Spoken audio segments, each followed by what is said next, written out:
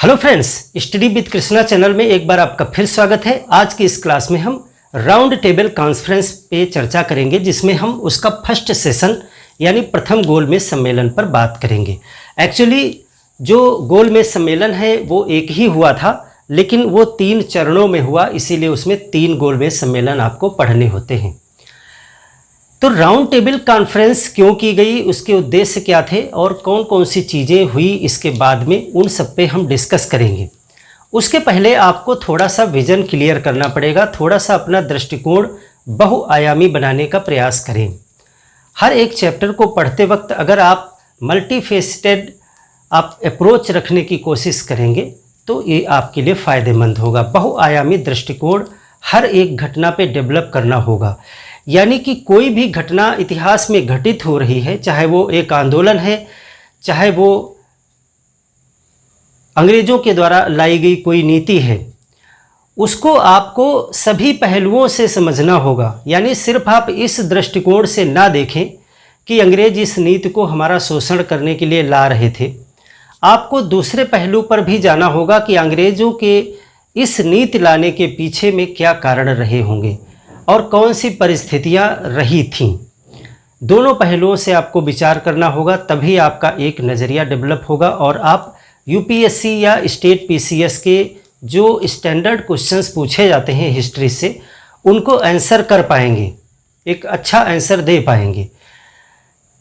क्योंकि समय बदल गया है और प्रश्नों का प्रकार भी बहुत बदल गया है। तो चलिए बात करते हैं हम राउंड टेबल कॉन्फ्रेंस पे कि कैसे क्या था। अगर आपको पिछली कुछ क्लासेस याद हैं तो जब हमने उपनिवेशवाद पे चर्चा किया था तो आपने एक चीज़ को बखूबी समझा था कि भारत अंग्रेज़ों का एक कॉलोनी था, यानी उपनिवेश था। उपनिवेश यानी वो स्थान जहाँ पर अंग्रेज अपने आर्थिक लाभ के लिए यहाँ की सत्ता को अपने अंडर में किए हुए थे, यहाँ की राजनीति पर कब्जा कर लिया था और उसके बाद में यहाँ पर आर्थिक लाभ ले रहे थे।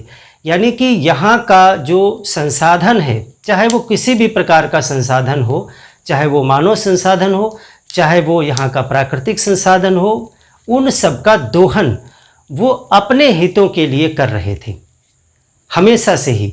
तो उपनिवेश का सिद्धांत ही यही कहता है कि जो उपनिवेश होते हैं वहाँ पर यही किया जाता है, लेकिन इसके लिए कुछ चीज़ें ज़रूरी हैं।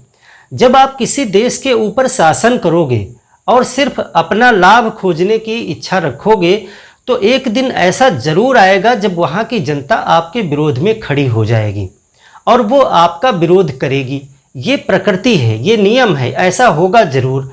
अब ये निर्भर करता है कि ये कब होगा, कितने दिनों के बाद होगा, जल्दी होगा या बहुत समय के बाद होगा। ये निर्भर करता है आपकी रणनीति पर कि आप उनको कैसे कंट्रोल करते हैं। तो जब भारत को अंग्रेज़ों ने उपनिवेश बनाया तो यहाँ की जनता को कंट्रोल करने के लिए बहुत सारे नियम, कायदे, कानून वो इस प्रकार कर लेके आते थे ताकि जनता विद्रोह न करने पाए और वो हमारे नियंत्रण में बनी रहे। समय समय पर बहुत सारी नीतियाँ, जितने भी कानून, जितने भी एक्ट सरकार लाती है, उन सब के पीछे आप देखें कि उनमें जो प्राविधान किए जा रहे थे वो हमें नियंत्रित करने के लिए किए जा रहे थे ताकि हम विरोध ना करें। तो ऐसे में 2 प्रकार की चीज़ें आती हैं। एक तो ऐसी चीज़ें आएंगी जिससे कानून बना के सीधे तौर से हमें कंट्रोल किया जाएगा, और कुछ ऐसी चीज़ें आएंगी जब हमें कुछ सहूलियत का एक हल्का सा ऐसी चीज़ें देने की कोशिश की जाएगी जिससे हम भटक जाएं, यानी हमको थोड़ा सा कुछ गिफ्ट देने का प्रयास भी करेगी सत्ता, ताकि आप इतने में समझौता कर लें और हमारे विरोध में ना खड़े हों। जब इससे भी बात नहीं बनेगी तो सत्ता क्या करेगी, फिर वो हमारी आपसी जो एकता है उसको तोड़ने का प्रयास करेगी। यानी अगर हम हिंदू, मुस्लिम, सिख, ईसाई, जो भी धर्म अगर हमारे यूनिटी में हैं, हिंदू, मुस्लिम, सिख हैं जो भी, उनको आपस में बांटने का प्रयास करेगी ताकि ये लोग एकजुट होकर के हमारे खिलाफ ना खड़े हो जाएं। हो सकता है वो उनमें से किसी एक को कोई प्रलोभन देने का प्रयास करे ताकि ये वर्ग हमारी तरफ आ जाए और कम से कम हमारे जो विरोधियों की संख्या है वो कम पड़े। तो ये रणनीतियाँ वो गवर्नमेंट करने की कोशिश करेगी और पीछे की इतनी क्लासेस में आपने देखा कि किस प्रकार से अंग्रेज़ों ने ये सारी रणनीतियाँ भारत पे लागू कर रखी थीं। इन्होंने हमारे समाज को सिर्फ आर्थिक रूप से शोषित नहीं किया है, हमारी जो सोशल सिस्टम जो हमारा सोशल सिस्टम था उसको भी अपने अनुसार मॉडिफाई किया। इन्होंने हमारे पहनने का तरीका, हमारे खाने पीने का तरीका, हमारे पढ़ने लिखने का तरीका, सब कुछ इस प्रकार से इन्होंने मॉडिफाई किया ताकि उसको अधिक से अधिक अपने लाभ के लिए प्रयोग किया जा सके। अगर इसको एग्जाम्पल से समझना चाहें तो अगर वो अपना पैंट बेचना चाहते हैं हमारे देश में, तो पहले हमारे देश के लोगों को पैंट पहनने का आदी बनाना होगा। अगर वो हमारे देश में शासन प्रशासन को चलाना चाहते हैं और वो अंग्रेज हैं, तो फिर हमारे देश वालों को अंग्रेजी उनको पढ़ानी पड़ेगी ताकि हम ही से वो अपना काम निकलवा सकें। तो इस प्रकार से बहुत सी नीतियाँ आपने देखी। अब इन सब बातों का गोलमेज सम्मेलन से क्या लेना देना है? देखिए, गोलमेज सम्मेलन लाने का भी उद्देश्य अंग्रेजों का वही दृष्टिकोण था कि हम यहाँ की जनता को कंट्रोल करेंगे। अब यहाँ इस समय जनता का रुझान क्या है? इस समय जनता काफ़ी जानकार हो चुकी थी, जनता विद्रोह पे उतर आई थी। अब सिर्फ उदारवादी आंदोलन नहीं थे, अब उग्र आंदोलन थे। उग्र राष्ट्रवाद भारत में पैदा हो रहा था और इसी बीच भारत में क्रांतिकारी आंदोलन भी होने लगे थे। आपने देखा किस प्रकार से क्रांतिकारी घटनाएं भी बढ़ी और उग्रवादी आंदोलन भी बढ़े। तो इन सब माहौल में उनको ये लग रहा था कि अब भारतीयों को कुछ देना पड़ेगा, यानी थोड़ी सी सहूलियत देकर इनको हम 10-20 साल के लिए फिर से फंसा ले जाएंगे किसी प्रलोभन में, और उसके सहारे हम 20 साल अगर और निकाल ले गए, तब तक फिर परिस्थितियां जो होंगी हम कोई और पैतरा खेलेंगे। लेकिन जो भी सरकार इस तरह का उपनिवेश बनाती है वो यहाँ की सोसाइटी का पूरा अध्ययन भी करती है। अंग्रेज़ों ने यहाँ के पूरे रिलीजन, पूरा कास्ट सिस्टम और सामाजिक जो परंपराएं थी उन सबको अच्छी तरीके से समझ लिया था। और साइमन आयोग के बाद में कुछ ऐसी परिस्थितियां बनी कि उनको ये स्पष्ट रूप से दिख गया कि इस समय भारत में एकता की स्थिति नहीं है, यानी कि भारत के लोग धर्म के हिसाब से, जाति के हिसाब से, संप्रदाय के हिसाब से, विचारधारा के हिसाब से कई भागों में बटे हुए हैं। ये स्पष्ट होकर के आ गया 1928 में। हम अभी समझाएंगे आपको कैसे स्पष्ट होकर के आ गया, और इसका फ़ायदा उठाने की नीति बनाई लॉर्ड इरविन ने। उन्होंने सोचा कि इस समय भारतीय बहुत कई तरीके से बटे हुए हैं और हम इनका फ़ायदा उठा सकते हैं। इस समय इनकी एकता को और तोड़ सकते हैं, और ये जो आंदोलन आयोजित कर रहे हैं जैसे सविनय अवज्ञा आंदोलन या जो भी, इन सबको हम जड़ से काट सकते हैं, हम फूट डाल सकते हैं। और इसीलिए उन्होंने एक रणनीति बनाई गोलमेज सम्मेलन की। और इस समय जो कारण दिखाए गए, कारण में ये कहा गया भारतीयों से कि आपको हम आमंत्रित कर रहे हैं, आप आइए, साइमन कमीशन की रिपोर्ट पर विचार करिए और जो भावी संविधान हम बनाने जा रहे हैं आपके लिए, उस पर अपनी राय दीजिए कि क्या होना चाहिए, क्या नहीं होना चाहिए। लेकिन उन्होंने अपनी एक चाल यहाँ पर चल दी। जिन लोगों को इसमें शामिल किया जाना था उसका डिसीजन इरविन के द्वारा किया गया, और यहाँ पर इरविन ने कांग्रेस को एक बड़ी पार्टी नहीं मान करके उसने उस हर एक व्यक्ति को प्रतिनिधित्व देने का प्रयास किया जो अभी तक इस मेन स्वतंत्रता संग्राम की स्ट्रीम में शामिल भी नहीं थे। हर एक देशी रियासत से उसने लेने का प्रयास किया एक प्रतिनिधि। उसने हर एक पार्टी को ढूंढ ढूंढ करके, जो छोटी से छोटी पार्टी भी थी, जितने भी भागों में उसने भारत को बांट सकता था उतने भागों में उसने भारत को बांट दिया। और एक आइडिया बनाया गया कि हम कांग्रेस के समकक्ष सभी पार्टियों को बराबर में खड़े कर देंगे और इन सबको हम राउंड टेबल पे बिठाएंगे। यानी कि कांग्रेस अपने आप को कहती है कि हम भारत की एक राष्ट्रीय पार्टी हैं, लेकिन हम उसको उसी बराबर में बिठाएंगे जिसमें हम एक छोटी पार्टी को भी बिठाएंगे और जिसमें एक देशी रियासत से आने वाले राजा को भी बिठाएंगे, या व्यक्तिगत रूप से अगर कोई आता है हमारी मीटिंग में उसको भी बिठाएंगे। उतना ही महत्व हम उसे भी देंगे, जिससे कि ये सभी लोग अपने आप को बराबर जब बैठा हुआ पाएंगे तो ये सोचेंगे कि हम भी जो है कुछ हैं और अपनी बात को उतनी ही दृढ़ता से रखेंगे, जिससे जो कांग्रेस का एक वर्चस्व है वो टूट जाएगा और फिर हम आसानी से इनमें फूट डाल सकते हैं। तो राउंड टेबल का जो आइडिया था वो ये था कि हर एक व्यक्ति को बराबर स्तर पे गोल मेज के चारों तरफ बिठा करके, यानी कहने का मतलब है सबको बराबरी में बिठा करके हम ये कॉन्फ्रेंस करेंगे। चलिए इन सारी चीज़ों को समझते हैं। 1928 से बात करेंगे प्रथम गोल मेज सम्मेलन के लिए। हम देखें कि 1928 में साइमन कमीशन भारत आया, साइमन आयोग किस लिए आया था सब कुछ आप पढ़ चुके हैं, लेकिन आप दो चीज़ों पे गौर करिए।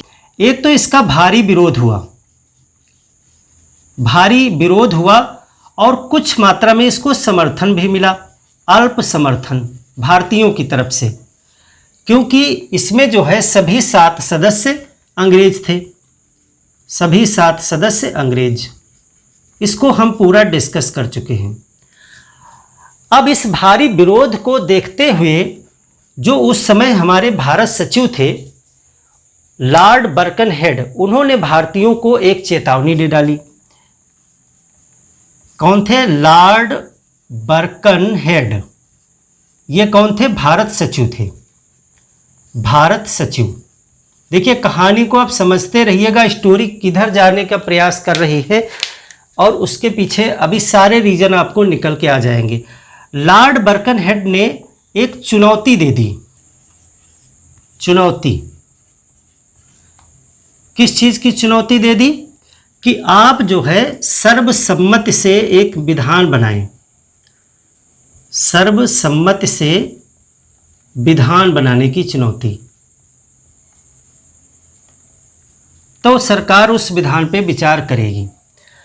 अब देखिए यहीं से लॉर्ड बर्कनहेड को एक एहसास हो गया कि कांग्रेस हमारा विरोध कर रही है, लेकिन यहाँ की कुछ पार्टियाँ जैसे जस्टिस पार्टी, जैसे कि डिप्रेस्ड क्लास एसोसिएशन और भी कई पार्टियाँ थी, सब कुछ आप पढ़ चुके हैं। तो यहाँ से अंग्रेज़ों को ये लग गया कि इस स्थिति में कांग्रेस के साथ सभी एकमत नहीं हैं, भारत में और भी लोग हैं जो हमारा समर्थन कर सकते हैं। मुस्लिम लीग है, कांग्रेस है, बहुत सारी चीज़ें हैं, कई पार्टियां हैं और ऐसा नहीं है कि हर एक व्यक्ति हमारा विरोधी है। यहाँ से उनको एहसास हुआ। इसी दम पर लॉर्ड बर्कनहेड ने कहा कि अगर सर्वसम्मति से आप अपना एक विधान बना के लाते हैं, आप सिर्फ विरोध करना जानते हैं और कुछ नहीं, अगर लाएंगे तो हम उस पर विचार करेंगे। तो इस चुनौती का परिणाम ये निकला कि 1928 में ही नेहरू रिपोर्ट बनाई गई। नेहरू रिपोर्ट, नेहरू रिपोर्ट यानी मोतीलाल नेहरू की अध्यक्षता में एक समिति बनाई गई थी, उसने बनाया। इसको कहा गया नेहरू रिपोर्ट। इसको भी आपने डिटेल में पढ़ा कि नेहरू रिपोर्ट में हमने क्या मांग रखी थी। लेकिन इस नेहरू रिपोर्ट पर मुस्लिम लीग को आपत्ति हो गई, क्योंकि मुस्लिम लीग की मांगें डिफरेंट थीं और उनको लगा कि नेहरू रिपोर्ट में हमारी जो है बातों को शामिल नहीं किया गया है। तो इस पे मुस्लिम लीग को आपत्ति हुई। मुस्लिम लीग असहमत थी इससे। अब असहमत थी तो फिर जिन्ना ने अपना एक कार्यक्रम निकाला। इन्होंने कहा हम अपनी अलग मांगे रखेंगे। तो आपने पढ़ा जिन्ना का 14 सूत्री कार्यक्रम, आपने देखा कि क्या था इनका एक कार्यक्रम। इसको भी हमने डिस्कस किया नेहरू रिपोर्ट वाले ही चैप्टर में। अब देखिए यहाँ पर एक बात और खुल करके फिर अंग्रेजों के सामने आ गई कि कांग्रेस और मुस्लिम लीग भी एक मंच पर, जो उस समय दो बड़ी पार्टियां हैं, एक अपने आप को पूरे राष्ट्र का प्रतिनिधित्व करने वाली पार्टी कहती है, दूसरी पार्टी पूरे देश के मुसलमानों का प्रतिनिधित्व करने वाली पार्टी अपने आप को कहती है। और ये दोनों ही पार्टियां एक दूसरे से सहमत नहीं हैं और ये सभी लोग मांग तो कुछ और कर रहे हैं कि हमको स्वराज्य चाहिए, हमको सुशासन चाहिए, कोई कहता हमको पूर्ण स्वराज्य चाहिए। लेकिन इन छोटी छोटी बातों पर भी ये दोनों लोग एक दूसरे के साथ सहमत नहीं हैं। यहाँ से जो ब्रिटिशर्स हैं उनकी और आगे की प्लानिंग बनी कि अब जो है हम इसका अंतर्राष्ट्रीयकरण करेंगे।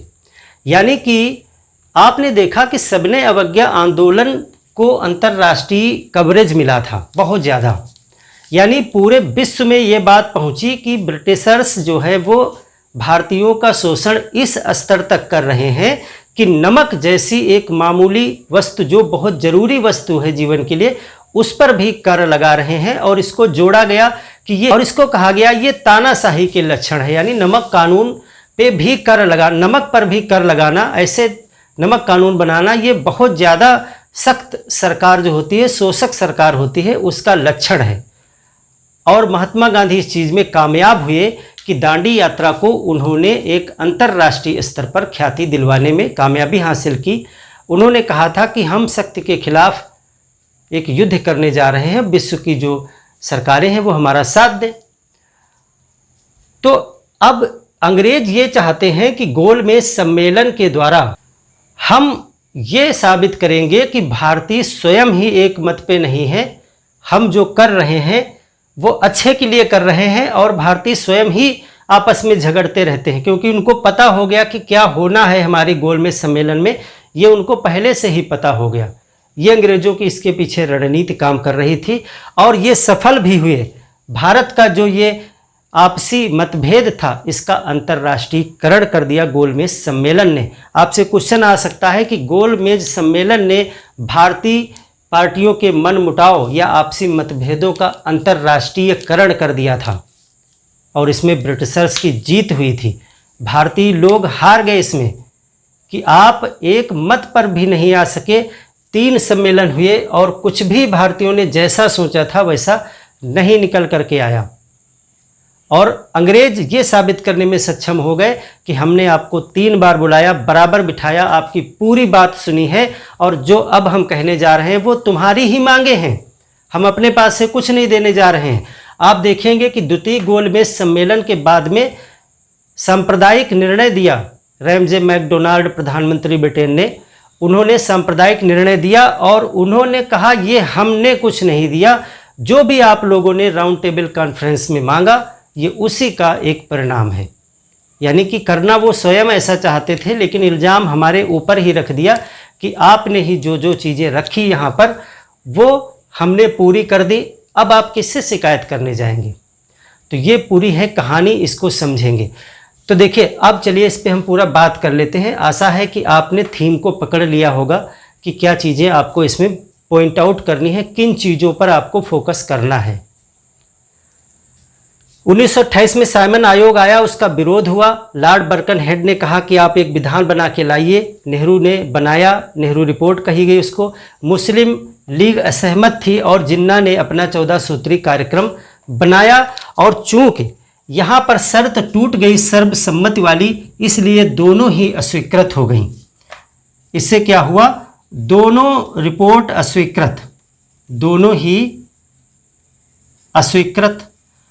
जब ये अस्वीकृत हो गई तो फिर क्या हुआ, इस अस्वीकृत के बाद में सविनय अवज्ञा आंदोलन शुरू हो गया। कैसे शुरू हुआ, इसके बाद में लाहौर अधिवेशन किया कांग्रेस ने।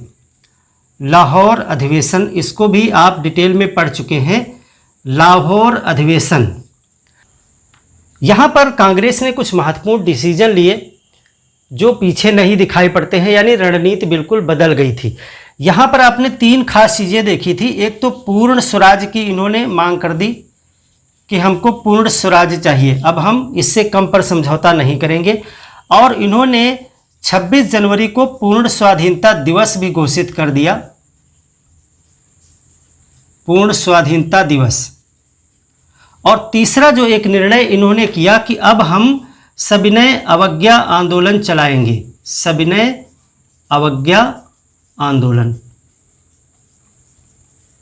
ये 3 प्रमुख चीज़ें जो है लाहौर अधिवेशन में आपने पढ़ी थी। और फिर यही जो सविनय अवज्ञा आंदोलन है, इसको महात्मा गांधी ने शुरू कर दिया 6 अप्रैल को। आपने देखा किस प्रकार से 12 मार्च को एक यात्रा शुरू की गई, दांडी यात्रा, और 6 अप्रैल 1930 को आंदोलन प्रारंभ हो गया। आंदोलन प्रारंभ सबने अवज्ञा आंदोलन प्रारंभ कर दिया गया। तो इस आंदोलन में क्या हुआ? इस आंदोलन में हमारे गांधी बाबा, मलंग बाबा गिरफ्तार हो गए। बहुत से राष्ट्रीय नेता गिरफ्तार हो गए। महात्मा गांधी को मलंग बाबा किसने कहा था? एक क्वेश्चन आपसे पूछा गया है। मलंग बाबा,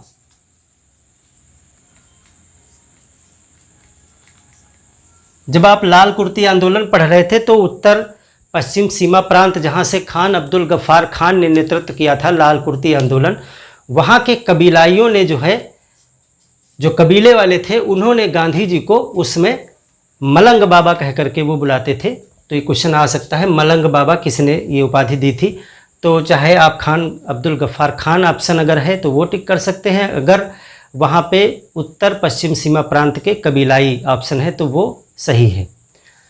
तो 6 अप्रैल को ये प्रारंभ हो गया और गांधी जी वगैरह गिरफ्तार हो गए। इसके बाद में आपने देखा कि 27 मई 1930 को साइमन रिपोर्ट प्रकाशित हो गई।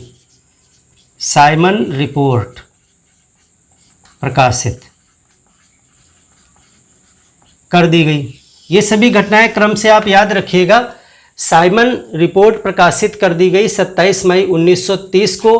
अभी तक जो है आपके क्रांतिकारी जेल में बंद हैं। भगत सिंह, राजगुरु, सुखदेव। जब कभी आपको घटनाएं अरेंज करने को आएगा तो ये ऑप्शन उसमें डाला जा सकता है कि साइमन रिपोर्ट प्रस्तुत हुई कि पहले फांसी हुई या गांधी इरविन समझौता पहले हुआ। तो ये सारा क्रम आप बनाते रहिएगा।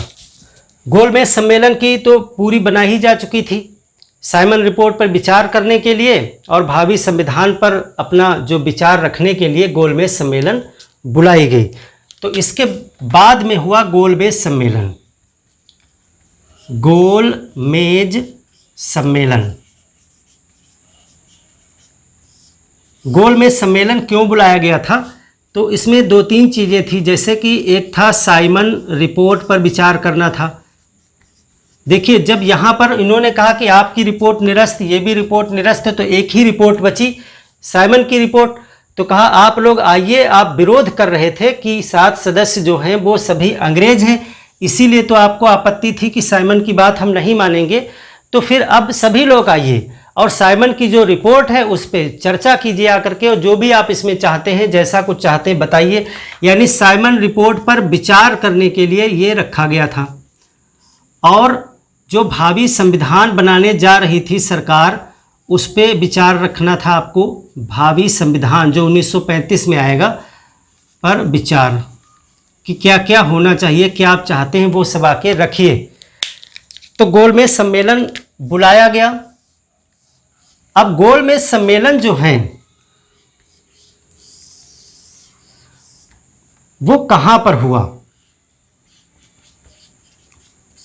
गोलमेज सम्मेलन, कुछ फैक्ट हैं जो आपसे पूछे जाते हैं। इससे रिलेटेड कुछ फैक्ट हैं, जैसा कि इस समय सम्राट कौन था, इस समय प्रधानमंत्री कौन था ब्रिटेन का, ये कहाँ किया गया था, किस पार्टी की सरकार थी ब्रिटेन में, ये सारे क्वेश्चन पूछे गए हैं और पूछे जाएंगे भी। तो ये 3-4 फैक्ट आप नोट कर लें, और कौन सा सम्मेलन कब से कब तक हुआ था, फिर हम डिस्कस करेंगे सम्मेलन पे। तो देखिए, यहाँ पे एक क्वेश्चन आपसे पूछा जा सकता है कि उस समय सम्राट कौन था जिसने इस सम्मेलन का उद्घाटन किया। सम्राट का नाम पूछा जा सकता है। उस समय ब्रिटेन का प्रधानमंत्री कौन था? ब्रिटेन के प्रधानमंत्री का नाम पूछा जा सकता है। तो उस समय जो सम्राट थे वो थे जॉर्ज पंचम। जॉर्ज पंचम ब्रिटेन के प्रधानमंत्री उस समय थे रैमजे या रैमसे मैकडोनाल्ड। लेबर पार्टी के थे ये, लेबर पार्टी, मजदूर पार्टी। लेबर पार्टी की सरकार उसमें थी, रैमजे मैकडोनाल्ड प्रधानमंत्री। जब गोलमेज सम्मेलन हुए, और स्थान कौन सा चुना गया था इसके लिए? स्थान चुना गया था Saint James Palace. James Palace, कभी ये वहाँ के सम्राट का निवास हुआ करता था, लेकिन वर्तमान में वो बकिंघम पैलेस में शिफ्ट है। और 3 बार में ये सम्मेलन हुआ। सम्मेलन तो एक ही था, लेकिन इसमें 3 भाग में इसको कराया गया। प्रथम गोलमेज सम्मेलन, प्रथम गोलमेज सम्मेलन, इसके बाद में द्वितीय गोलमेज सम्मेलन,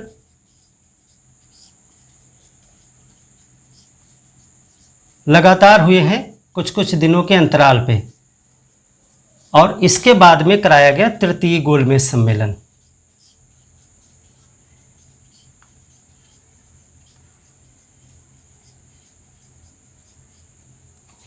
तीन सम्मेलन ये जो हैं कराए गए। तीनों की डेट्स आपसे पूछी जाती हैं। तो जो प्रथम गोलमेज सम्मेलन था 12 नवंबर 1930 में प्रारंभ हुआ और 19 जनवरी 1931 तक चला ये प्रथम वाला।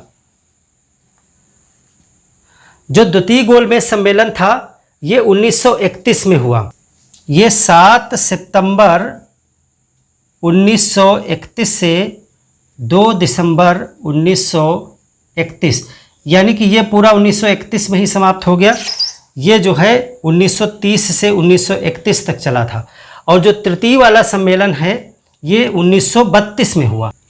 ये हुआ 17 नवंबर 1932 से 24 दिसंबर 1932 तक। ये 3 सेशन में जो है 3 गोलमेज सम्मेलन हुए। तो चलिए बात करते हैं कि गोलमेज सम्मेलन जो फर्स्ट हुआ उसमें कौन कौन लोग शामिल हुए और क्या क्या विचार रखे गए, फिर परिणाम क्या निकला। इतनी चीज़ आप समझ गए होंगे। अब थोड़ा सा फैक्ट बेस में आएंगे। कुछ प्रश्न आपसे पूछे जाते हैं सीधे तरीके से कि गोलमेज सम्मेलन में कौन कौन गया था, इनमें से किस पार्टी की तरफ से कौन गया था। बहुत बार प्रश्न पूछा गया है। प्रतिनिधि, ये सब प्रतिनिधि जो है इरविन के द्वारा डिसाइड किए गए थे कौन कहाँ से आएगा। ये जब गोलमेज सम्मेलन कराने की बात आई थी तो मोतीलाल नेहरू ने केंद्रीय विधानसभा में एक प्रस्ताव रखा था कि गोलमेज सम्मेलन में जो लोग जाएंगे वो जनता के द्वारा चुने जाने चाहिए, क्योंकि वो जनता के लिए फैसला करने जा रहे हैं। लेकिन ऐसा कुछ नहीं हुआ। इरविन ने मनोनीत किया सदस्यों को, यानी अपनी तरफ से बुलाया। वो जनता के द्वारा चुने गए प्रतिनिधि नहीं थे। कुल कितने लोग हुए प्रतिनिधि, इसमें कौन कौन शामिल हुआ, तो कुल 89 हैं, जिसमें 16 जो हैं वो ब्रिटेन के हैं। ब्रिटेन के तीनों दलों के हैं, 3 दल। आप जानते हैं वहाँ पे लेबर पार्टी, कंजर्वेटिव पार्टी और लिबरल पार्टी, तो तीनों दलों के मिला के 16 लोग वो हैं। 16 लोग देसी रियासत के हैं, देसी रियासत, वहाँ से 16 लोग हैं। और बाकी जो है 57 लोग जो हैं वो ब्रिटिश भारत से वो बुलाए गए। तो अब देखिए इसमें जो 57 लोग हैं उसमें कौन कौन हैं। उदारवादियों की तरफ से तेज बहादुर सप्रू का नाम आपको याद रखना है। बहादुर सप्रू। आपको सभी 89 नाम नहीं रटने हैं, जो पूछे जाते हैं, जो इनकी इंपॉर्टेंस है वो आप याद रखेंगे। चमनलाल सीतलवाड़,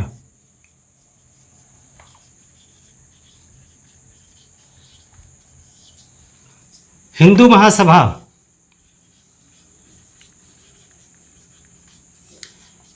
हिंदू महासभा से हैं V.S. मुंजे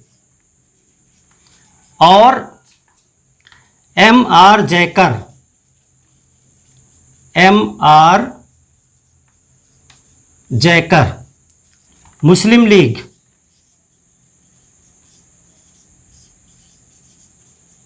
मुस्लिम लीग से हैं मोहम्मद अली जिन्ना। आप इन सबके नाम अच्छे तरीके से याद रखेंगे, क्योंकि आपको एलिमिनेट के लिए क्वेश्चन दिया जाएगा कि निम्नलिखित में से कौन व्यक्ति जो है नहीं गया था प्रथम गोलमेज सम्मेलन में, या फिर सीधे क्वेश्चन आएगा कि मुस्लिम लीग की तरफ से कौन गया था, सिखों की तरफ से कौन गया था, ईसाइयों की तरफ से कौन सा इसमें से प्रतिनिधि है, तो ये सारे क्वेश्चन पूछे गए हैं और पूछे जाएंगे। हर एक व्यक्ति का नाम आपको नहीं याद रखना है, मुख्य मुख्य नाम मैं लिखे दे रहा हूँ, उतने आपको ज़रूर याद रखने हैं। मुस्लिम लीग से मोहम्मद अली जिन्ना, मोहम्मद शफी, आगा खां तृतीय, ये लोग थे। और भी लोग थे। मुस्लिम लीग के बाद अगर बात करें सिख, तो सिख में सरदार संपूर्ण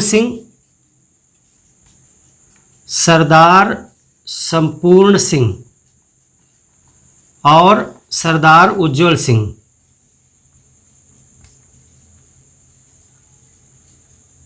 इनका नाम आपको याद रखना है। ईसाई की तरफ से अगर बात करें, सर केटी पाल का नाम आपको याद रखना है। डिप्रेस्ड क्लास एसोसिएशन एक पार्टी है भीमराव अंबेडकर जी की, depressed class association, doctor Bhimrao Ambedkar, ये गए थे। और भी लोग थे।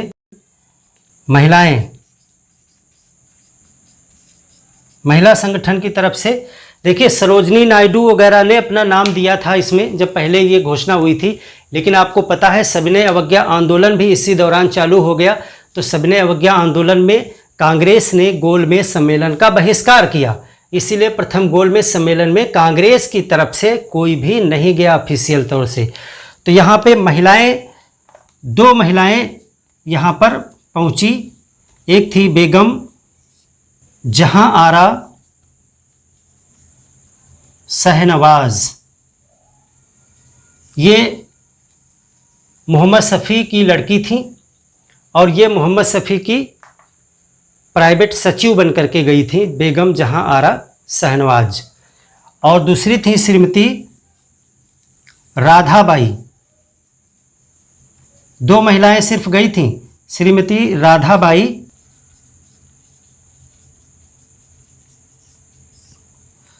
दोनों महिलाओं के आप नाम याद रखेंगे। और फिर नोट, अब देखिए इसमें महिलाओं में आप यहाँ पे लिख लीजिएगा कि सब जब घोषणा हुई थी तो उस समय अपना नाम वापस ले लिया था सरोजनी नायडू वगैरह ने। पहले उनका नाम उसमें दर्ज किया गया था, लेकिन कांग्रेस बहिष्कार की, इसीलिए जो है पहले 3 लोग जाना चाहती थी महिलाओं में, सरोजनी नायडू, मुथुलक्ष्मी और राजेश्वरी नेहरू। तो ये लोग जाना चाहती थी, लेकिन इन्होंने अपना नाम वापस ले लिया था। आपसे क्वेश्चन पूछा जा सकता है कि प्रथम गोलमेज सम्मेलन ने किस महिला ने अपना नाम प्रतिनिधियों में से कटवा लिया था। तो सरोजनी नायडू, मुथुलक्ष्मी और राजेश्वरी नेहरू, ये 3 लोग पहले जाना चाहती थी। उसके बाद ये 2 महिलाएं जो है वो मनोनीत की गई थी, बेगम जहां आरा शहनवाज और श्रीमती राधाबाई सुब्बारायन। अब इसके अलावा जो है देसी नरेश थे। देसी नरेश 16 थे, जैसे पटियाला, जम्मू कश्मीर, ग्वालियर, इन सब रियासतों के राजा जो थे वो 16 राजा वहाँ पर गए थे अपने प्रतिनिधि के रूप में। तो ये पूरा एक खाका है जितने लोग गोलमेज सम्मेलन में पहुँचे। ये उतना इम्पोर्टेंट नहीं है, प्रीलिम्स के दृष्टिकोण से इसमें से प्रश्न बनेंगे आपके, लेकिन इम्पॉर्टेंट है कि वहाँ पर हुआ क्या, ये आपसे प्रश्न बनेगा। बहुत से प्रश्न आपसे फैक्ट बेस सब कम बनते हैं, कॉन्सेप्ट बेस ज़्यादा बनने लगे हैं। तो यहाँ पर जो चीज़ें की गई वही निर्धारित कर रही हैं कि आखिर हमारा जो नेतृत्व था वो इस समय कमज़ोर था। भले कांग्रेस अपने आप को एक राष्ट्रीय पार्टी के रूप में स्थापित कर रही थी, बड़े बड़े आंदोलन संचालित किए जा रहे थे, लेकिन हम एकता को बनाने में उतना सक्षम नहीं हो पाए थे। अभी 1930 के समय पर हम में आपसी बहुत ज़्यादा विरोध अंदर अंदर था।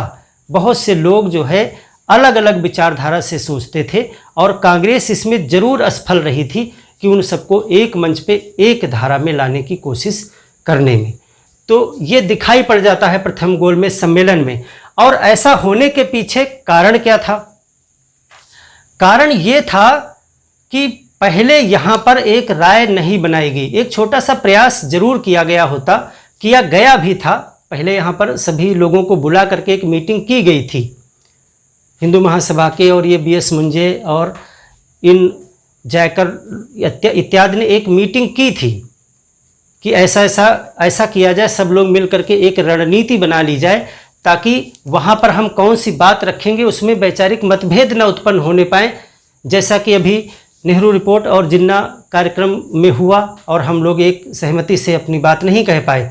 लेकिन वहाँ पर भी वही विवाद उत्पन्न हो गया, वहाँ पर भी एक दूसरे के ऊपर आरोप लगाना, अपने अपने स्वार्थ की बातें करना, कुछ भी उस मीटिंग का निष्कर्ष नहीं निकला। इसीलिए सब अपनी अपनी विचारधारा से ही वहाँ गोलमेज सम्मेलन में पहुँच गए और वहीं भी वही हुआ। सब लोगों ने मिल करके वहाँ पर ना तो पूर्ण स्वराज की बात की, ना तो सुशासन की बात की। सभी लोगों ने अपने अपने वर्ग जिसका वो प्रतिनिधित्व कर रहे थे उसके स्वार्थ हित बात की। और यही अंग्रेज चाहते थे कि आप जितने लोगों को बुलाए हैं हम भारत को उतने टुकड़ों में काट देंगे और हम सांप्रदायिक बातों को ज़्यादा सुनेंगे। यानी वहाँ पर प्रथम गोलमेज सम्मेलन में क्या चर्चा हुई, चर्चा नोट कर लीजिएगा। वायसराय ऑफ इंडिया नामक जहाज से ये सभी लोग गए थे, क्योंकि जहाज का नाम भी पूछा जाता है। चर्चा, अब देखिए बहुत सारी चर्चा हुई थी, कई दिन सम्मेलन चला था, बहुत लंबी बहस हुई थी। हम उन बातों पर फोकस करेंगे जो स्पष्ट निकल करके आई, जो आपके प्रेक्षक के दृष्टिकोण से लिखने के लिए और PT के लिए दोनों के लिए इम्पोर्टेंट है।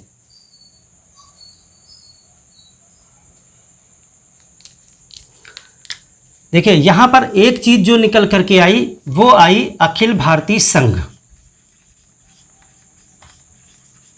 अखिल भारतीय संघ ये सरकार की तरफ से भी प्रस्ताव था और इस पे लगभग सब लोग सहमत थे।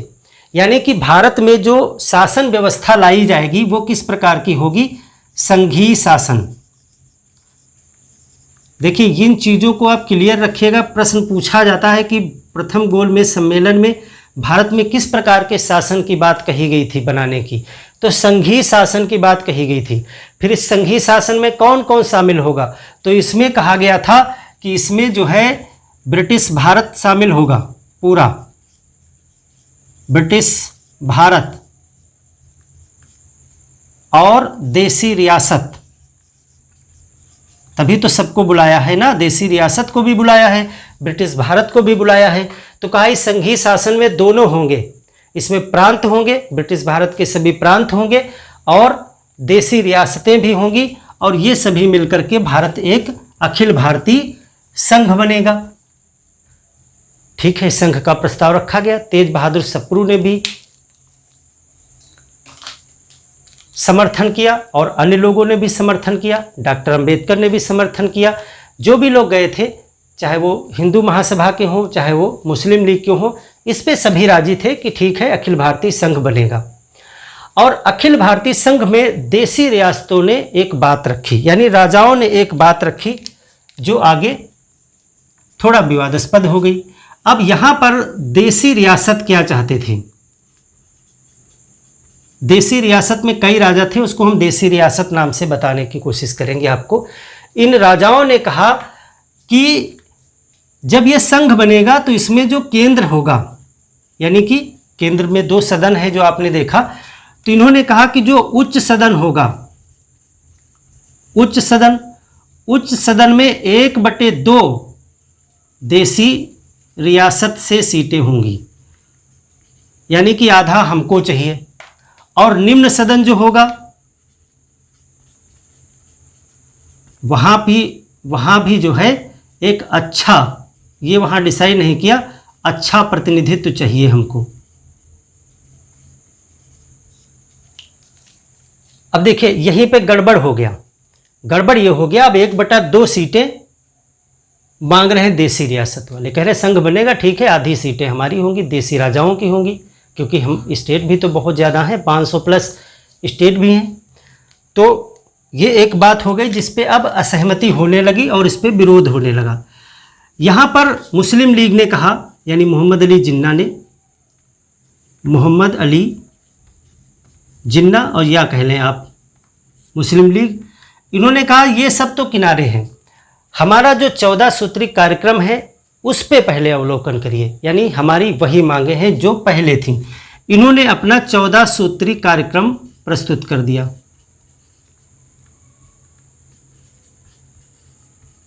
अब ये और विवाद की बात हो गई। 14 सूत्री कार्यक्रम तो पहले ही रिजेक्टेड है, किसी को मंजूर नहीं था। इन्होंने कहा 14 सूत्री कार्यक्रम, और 14 सूत्री कार्यक्रम में वही पृथक निर्वाचक मंडल, अधिकतम प्रतिनिधित्व, 1/3 सीटें, वो सब कुछ आप पीछे पढ़ चुके हैं कि 14 सूत्री कार्यक्रम में क्या मांगे थी।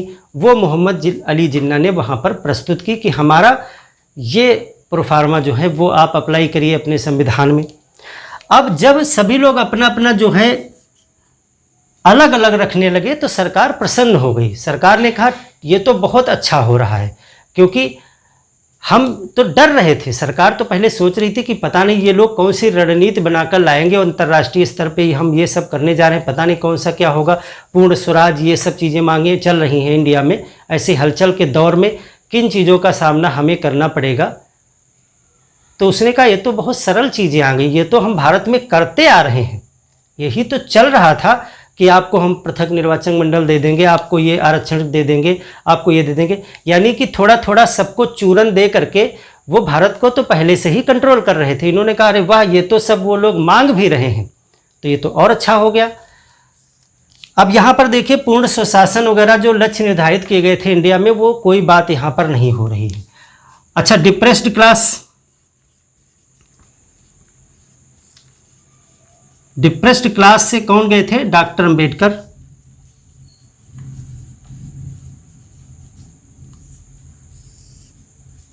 डॉक्टर भीमराव अंबेडकर बहुत पढ़े लिखे उसमें इंसान थे, काफ़ी ज्ञान रखते थे और काफ़ी सुलझे हुए व्यक्ति भी थे। आगे आप देखेंगे पूना पैक्ट वगैरह में कि बहुत सुलझे दिमाग के व्यक्ति भी थे।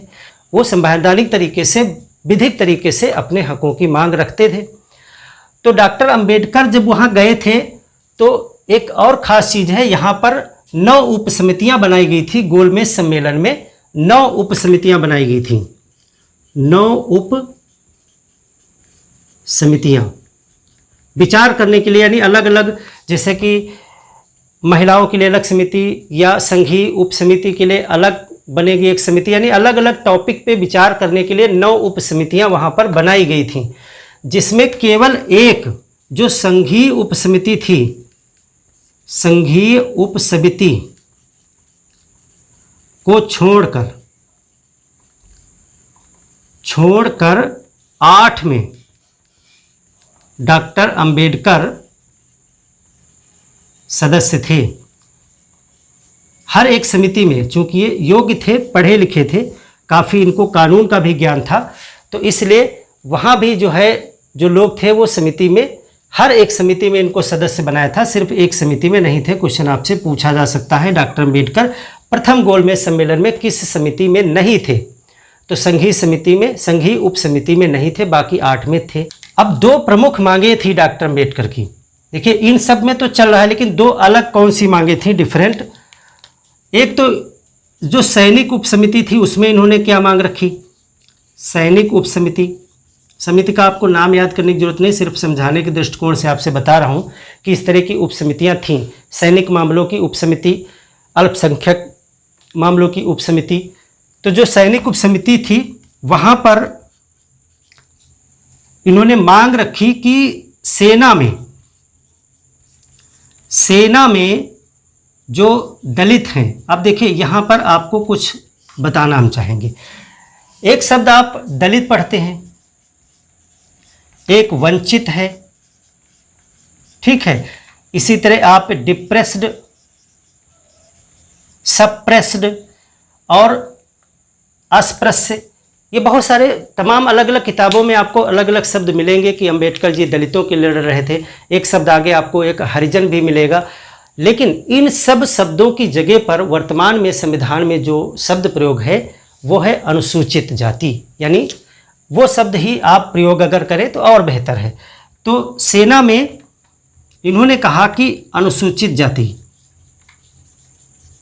हालांकि उस समय तक ये शब्द नहीं था, ये 1935 से आएगा जब उन सभी जातियों को एक लिस्टेड कर दिया जाएगा और उनको कहा जाएगा कि शेड्यूल्ड कास्ट, यानी जो इस सूची में रखी गई जातियां हैं उनको अनुसूचित जाति कहेंगे।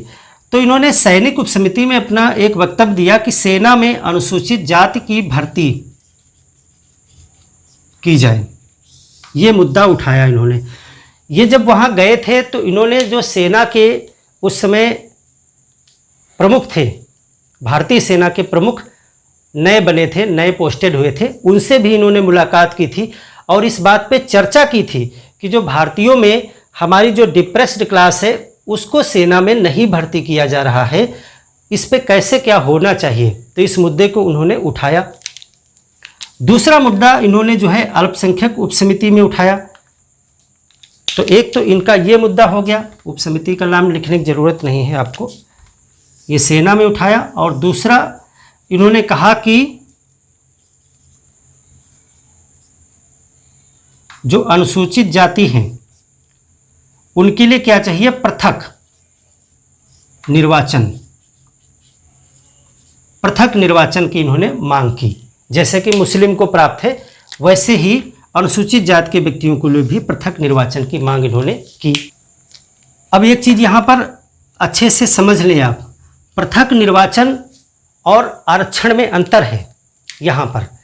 जैसे कि आपके इलेक्शन में वर्तमान में आप भारत में कहीं भी पृथक निर्वाचन नहीं है, भारत में सीटें आरक्षित की जाती हैं वर्तमान में, लेकिन उस समय एक ट्रेंड चला था जो अंग्रेजों की ही देन थी, पृथक निर्वाचन की। तो आप आरक्षित सीट और पृथक निर्वाचन में अच्छे से अंतर समझ लें, क्योंकि ये चीज़ आपको कंफ्यूज कर सकती है। देखिए, अगर सीट आरक्षित की गई है, सीट आरक्षित, इसको समझना इसलिए ज़रूरी है क्योंकि आगे पूना पैक्ट जब होगा तब महात्मा गांधी और डॉक्टर अंबेडकर के बीच में जो एक फैसला होगा उसमें ये पृथक निर्वाचन को समाप्त करके सीट आरक्षण की बात की जाएगी। तो आप वहाँ पे कंफ्यूज हो सकते हैं कि पृथक निर्वाचन और सीट आरक्षण में, आरक्षित सीट में क्या अंतर है।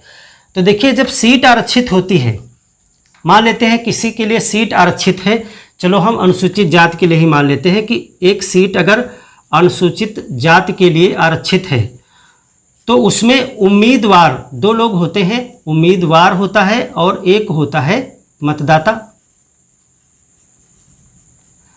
तो जब सीट आरक्षित होगी तो उम्मीदवार जो है वो अनुसूचित जाति का ही खड़ा होगा और कोई उसका नहीं खड़ा हो सकता है इसमें, क्योंकि वो उसके लिए आरक्षित है। और मतदाता जो होंगे वो सभी होंगे, यानी कि उसको वोट करने के लिए हर धर्म जाति के लोग जाएंगे, उन्हीं को वोट करेंगे, उन्हीं में से किसी एक को चुनेंगे। ये कहलाता है सीट का आरक्षण। अब जब पृथक निर्वाचन की हम बात करते हैं, पृथक निर्वाचन, तो पृथक निर्वाचन में क्या होता है, इसमें उम्मीदवार और मतदाता दोनों ही उसी के होते हैं। जैसे कि मान लेते हैं मुस्लिम जो चल रहा था अभी तक, उसी का उदाहरण लें। जैसे कि मुस्लिम पृथक निर्वाचन अगर घोषित किया गया है किसी क्षेत्र में, तो इसमें क्या होगा, इसमें उम्मीदवार इसमें भी होगा और मतदाता भी होगा। अब यहां उम्मीदवार भी मुस्लिम ही होगा क्योंकि मुस्लिम के लिए पृथक निर्वाचन है, और मतदाता भी मुस्लिम ही होगा। तो जो अन्य होंगे, अन्य वोट ही नहीं डालेंगे, ना तो इलेक्शन में खड़े होंगे और ना वोट डालेंगे। यानी कि वहां पर उम्मीदवार भी मुस्लिम होगा, मतदाता भी मुस्लिम होगा। तो अब आपके मन में एक प्रश्न उठ सकता है कि यदि उम्मीदवार मुस्लिम है तो मतदाता अन्य लोग भी होंगे तो क्या फर्क पड़ेगा, जीतेगा तो कोई मुस्लिम ही। तो यहाँ पे मतदाता अगर सभी कर दिया जाए, मुस्लिम की जगह सभी कर दिया जाए, तब भी कोई फर्क नहीं पड़ेगा, फर्क पड़ जाएगा। क्योंकि वहाँ पर जब अन्य उम्मीदवार हो जाए, अन्य वोटर भी आ जाएंगे, तो फिर वो अपना एक डमी प्रत्याशी खड़ा कर देना शुरू कर देंगे।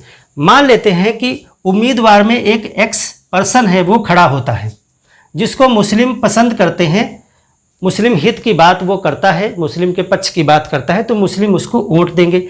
लेकिन जो अन्य लोग हैं जो इस व्यक्ति को वोट नहीं देना चाहते हैं, वो क्या करेंगे, एक मुस्लिम वही प्रत्याशी को चुनेंगे, उसको प्रलोभन देंगे, जो उनके फेवर की बात करता होगा वो उसको भी इसी टक्कर में खड़ा कर देंगे। वो है मुस्लिम ही, लेकिन वो हमारे पक्ष की, हमारे लाभ की बात भी करेगा, क्योंकि हम उसको स्पॉन्सर कर रहे हैं, पैसा देंगे, सुविधा देंगे, वोट देंगे, उसको हम प्रलोभन देंगे।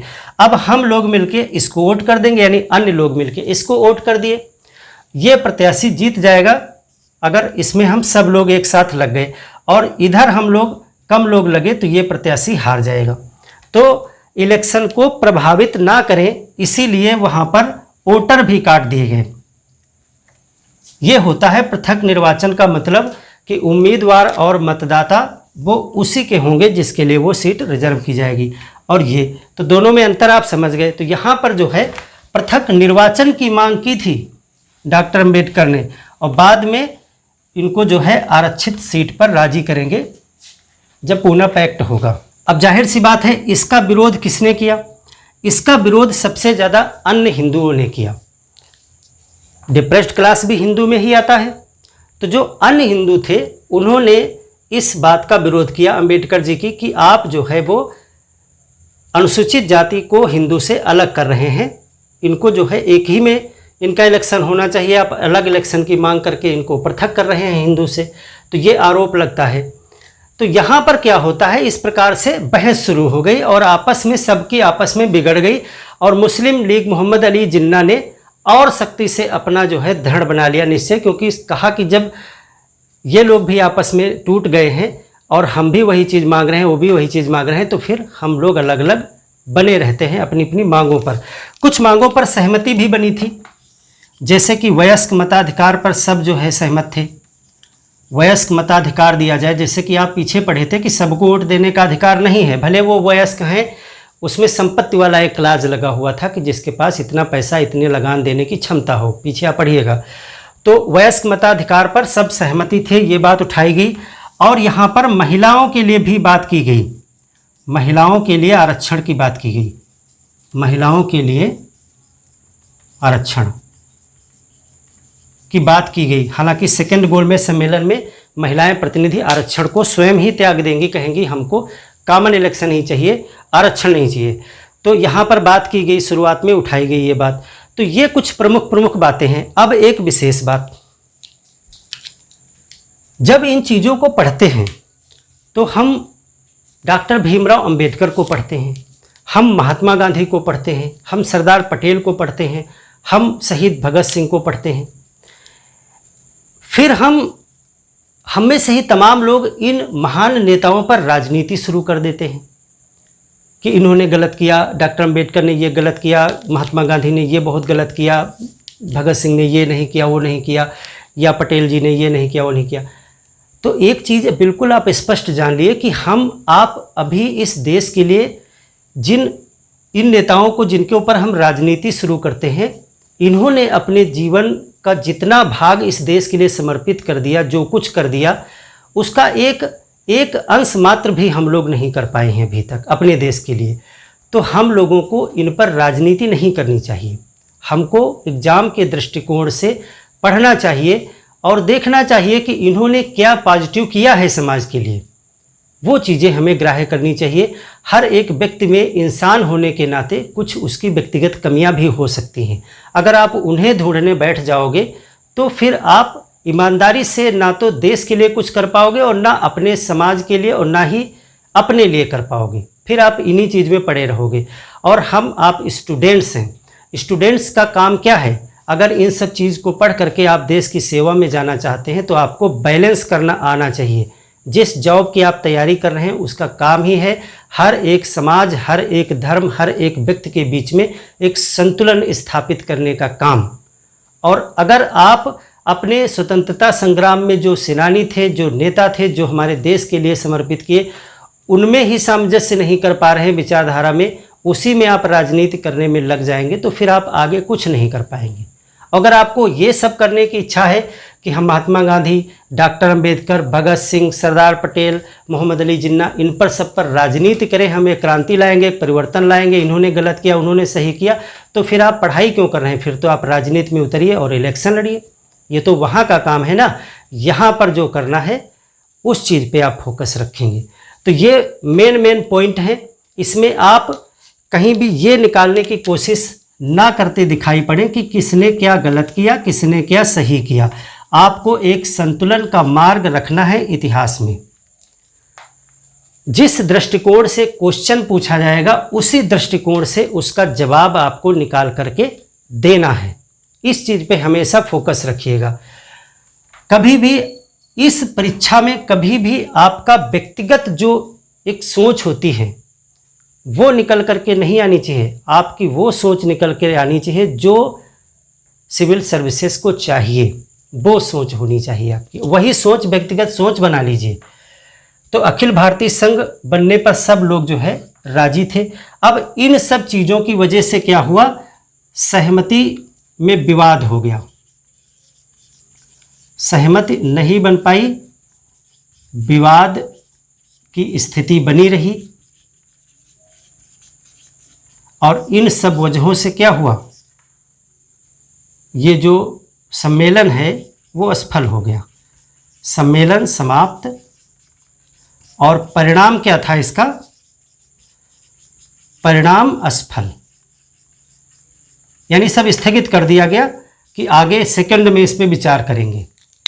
तो अब जब सहमति नहीं बन पाई, कुछ भी निष्कर्ष नहीं निकल पाया, तो सरकार को ये लगा कि अब तो ये जो हम चाहते थे वो हो नहीं पा रहा है। यानी कि जब तक हम कांग्रेस को इस गोलमेज सम्मेलन में लेकर नहीं आएंगे तब तक हम अपनी बात को जो लागू करना चाहते हैं इंडिया में वो कैसे लागू करेंगे, हम ये कहेंगे कैसे कि ये सब ने मांगा है, सब लोग चाहते हैं। तो जब एक बार हम इस मंच पे कांग्रेस को भी ले आएँ, सिर्फ यहाँ पर उपस्थित कर दें, उसके बाद हम जो भी कानून देना चाहेंगे वो देंगे और उस पर हम इनका हस्ताक्षर करवा लेंगे कि कांग्रेस भी इससे सहमत है, फिर हम पूरे अधिकार के साथ अपना कानून देश में लागू कर पाएंगे। तो इरविन ने यहाँ पर कहा कि अब कांग्रेस को लाना जरूरी है और सार्वजनिक रूप से उसने घोषणा की, अपील की कि कांग्रेस को जो है अगले सेशन में यानी द्वितीय गोलमेज सम्मेलन में भाग लेने के लिए माहौल बनाया जाए। तेज बहादुर सप्रू ने यहाँ पर एक सलाह दे दी कि इसके लिए महात्मा गांधी को तुरंत रिहा किया जाए और जो भी आंदोलन में लोग बंद किए गए हैं उनमें भी जो है प्रमुख नेताओं को तुरंत रिहा किया जाए ताकि इसके लिए सकारात्मक माहौल बने। तो तेज बहादुर सप्रू और M.R. जयकर इन लोगों ने कहा कि महात्मा गांधी को हम राजी करेंगे इसके लिए और कांग्रेस आएगी अगले सत्र में। तो इरविन ने यहाँ पर कहा कि गांधी जी को रिहा कर दिए जाए। तो आपने देखा 26 जनवरी 1931 में गांधी जी को रिहा कर दिया गया। उसके बाद में तेज बहादुर सप्रू, M.R. जयकर आदि लोगों के सहयोग से गांधी और इरविन के बीच में एक समझौता कराया गया कि आंदोलन स्थगित करके, क्योंकि इस समय तक गांधी जी तो अपना आंदोलन कर रहे हैं ना, ये तो सब लंदन में हो रहा है। तो वहाँ पर एक समझौता कराया गया जिसे जो है गांधी इरविन समझौता कहते हैं। और उसके बाद में कांग्रेस अगले सेशन में द्वितीय गोलमेज सम्मेलन में शामिल हुई और कांग्रेस की तरफ से महात्मा गांधी को नियुक्त किया गया सम्मेलन में जाने के लिए। फिर अब हम बात करेंगे कि द्वितीय गोलमेज सम्मेलन में कौन कौन गया था, इनमें से कौन से लोग नए बढ़ गए थे। सरोजिनी नायडू वगैरह नई हो गई थी, मदन मोहन मालवीय जो है नए प्रतिनिधि बन गए थे, गांधी जी पहुंच गए थे। डॉक्टर भीमराव अंबेडकर जो हैं वो ऐसे व्यक्ति थे जिसमें तीनों सम्मेलन में गए थे, तीनों सम्मेलन में ये उपस्थित हुए थे। मोहम्मद अली जिन्ना 2 में गए, फिर तीसरे में नहीं गए थे। तो डॉक्टर अंबेडकर को टिक करिएगा अगर आता है कि तीनों गोलमेज सम्मेलन में कौन गया था। तो मिलते हैं एक और बेहतर क्लास में जब हम द्वितीय गोलमेज सम्मेलन की चर्चा करेंगे और गांधी इरविन समझौते को पढ़ेंगे। तब तक के लिए धन्यवाद।